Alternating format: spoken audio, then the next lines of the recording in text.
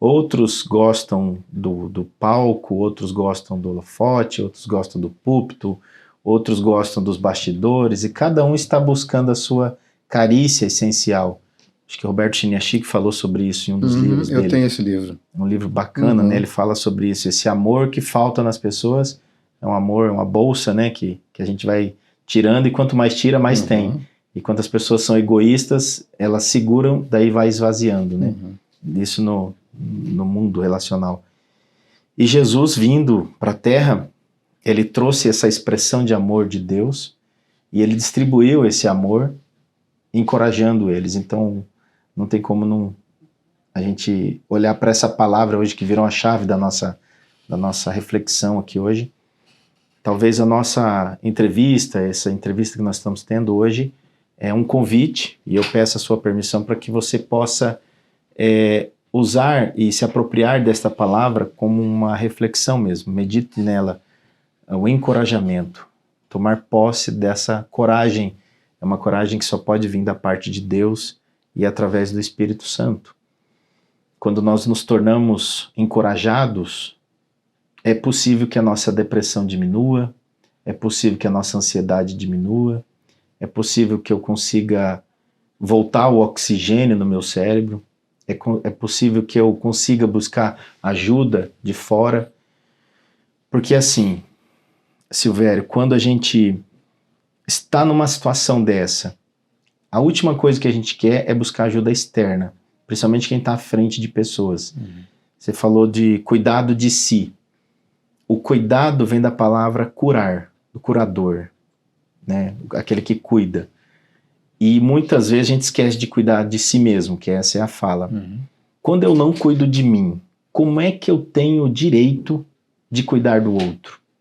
Será que eu não estou só fazendo algo para preencher ainda mais essa carícia essencial que falta em mim? E aí eu fico me disponibilizando a prestar serviço e colocando uma placa bonita em cima disso, dizendo que é meu ministério, que eu estou trabalhando na obra de Deus, que eu estou servindo a Deus, olha o que eu estou fazendo, Deus, como se fosse ter algum galardão nesse momento da parte de Deus. Não tem nenhum, nem galardão, nem glória, nem mérito, nem nada. Ele só está satisfazendo um vazio do próprio ego. Nós estamos falando um pouquinho dentro da psicologia, né?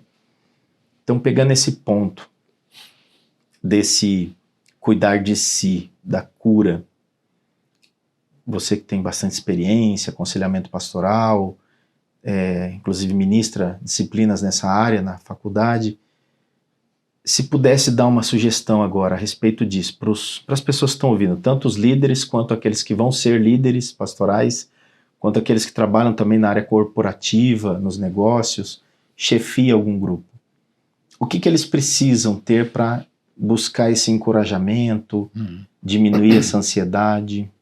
Pode nos falar? Antes de falar sobre isso, você tocou num ponto que eu considero importante, que são as motivações que levam as pessoas a fazerem as coisas. Sim. Por exemplo, no ministério pastoral. O que motiva um homem ou uma mulher a assumir um ministério pastoral e cuidar de pessoas? De fato, historicamente, e a gente já leu muito sobre isso, pesquisas e tudo, eu tive a oportunidade de fazer muitas entrevistas com estudantes de teologia, visando o pastorado, e encontrando várias motivações, né? Uma dessas motivações, ainda que inconsciente, é a busca de suprir a falta de alguma coisa, ou de alguém. A falta de um afeto, a falta de uma figura de referência, por exemplo, como a falta de uma figura paterna, né, que vai encontrar na figura de Deus, uma figura paterna, a ponte, aquilo que liga para dar sentido à pessoa, né? Há outras motivações também. Às vezes a necessidade de uma ascensão social, que é muito comum, de estar ocupando um espaço que socialmente eleva as pessoas, e eu acho que tem situações que são positivas nesse aspecto. Por exemplo, tem comunidades em que eles usam muito a música. as bandas, as orquestras, né? E esses espaços são possibilidades de ascensão social. Gente que não teria uma outra condição de ascender-se socialmente, vai pela via da música nessas comunidades e eles têm uma outra condição dentro da sociedade. Olhando para a questão do ministério pastoral, também tem gente que adquire naturalmente uma ascensão social, mas também tem uma outra motivação, inconsciente muitas vezes, que é onde eu posso exercer, que espaços eu posso exercer poder. Isso vem de pessoas narcisistas, egóicas, doentemente egóicas, né, com egos doentios. Já está inflamado. Já está inflamado, e aí exerce poderes mesmo dentro dessa prática pastoral. Então eu acho que isso é uma coisa importante pensar, que é o que de fato motiva alguém a ser pastor, a ser pastora, a ser um missionário, a ser uma missionária. Por outro lado, embora a gente carregue essas motivações, durante o percurso desses exercícios vocacionais, a gente vai descobrindo as nossas limitações. Por exemplo? Por exemplo, como lidar com pessoas difíceis na comunidade. Aí você vê a sua limitação. Você bate de frente com alguém que é testa dura mesmo, que tem boca dura, que tem língua pesada, ou então, como a Bíblia diz, que é de dura cerviz, que não encurva, que não é como o bambu, né? E acaba quebrando, uma hora quebra. Moisés enfrentou alguns desses, né? Logo que ele saiu do Egito. Sim, ele teve vários desses chamados vulgos, né? As pessoas que o confrontavam de maneira... E vinha com tudo para cima, e ele teve que aprender a lidar com isso, né? E a Bíblia tem uma série de figuras e líderes que nos ensinam como ser líder, né? Há vários livros escritos por aí sobre isso. Então a gente aprende no desenvolvimento dos ministérios, das profissões, as nossas limitações. E aí você tocou num ponto que também é o segundo muito importante, que é o cuidado de si. Já desde a filosofia antiga se pensou sobre esse tema, a ética do cuidado de si para o cuidado do outro. Isso quer dizer o quê?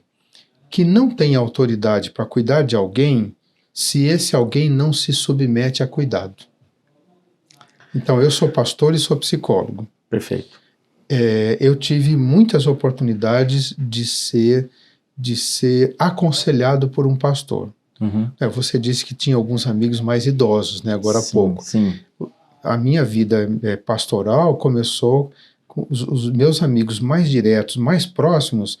Eu tinha 30, 31 anos. Eles tinham 70, 75, e eu queria estar perto deles para aprender com eles, com os acertos e com os erros deles. Eu também. Eu ficava perto dessa gente para aprender. Se eles já erraram, por que eu vou errar? Né? Eu vou errar, certeza, mas eu quero diminuir um pouco, né? É bem isso. Então eu aprendi desde cedo que eu precisava me cuidar.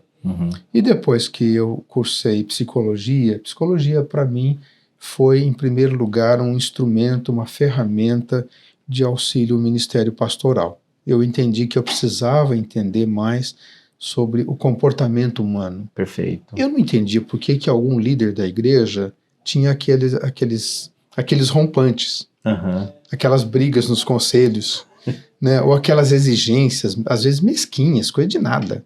Parecia uma criança. Parecia uma criança birrenta. Eu não entendia por quê. Aí eu não entendia por que os casais estavam em conflitos. Eu falei, quer saber de uma coisa?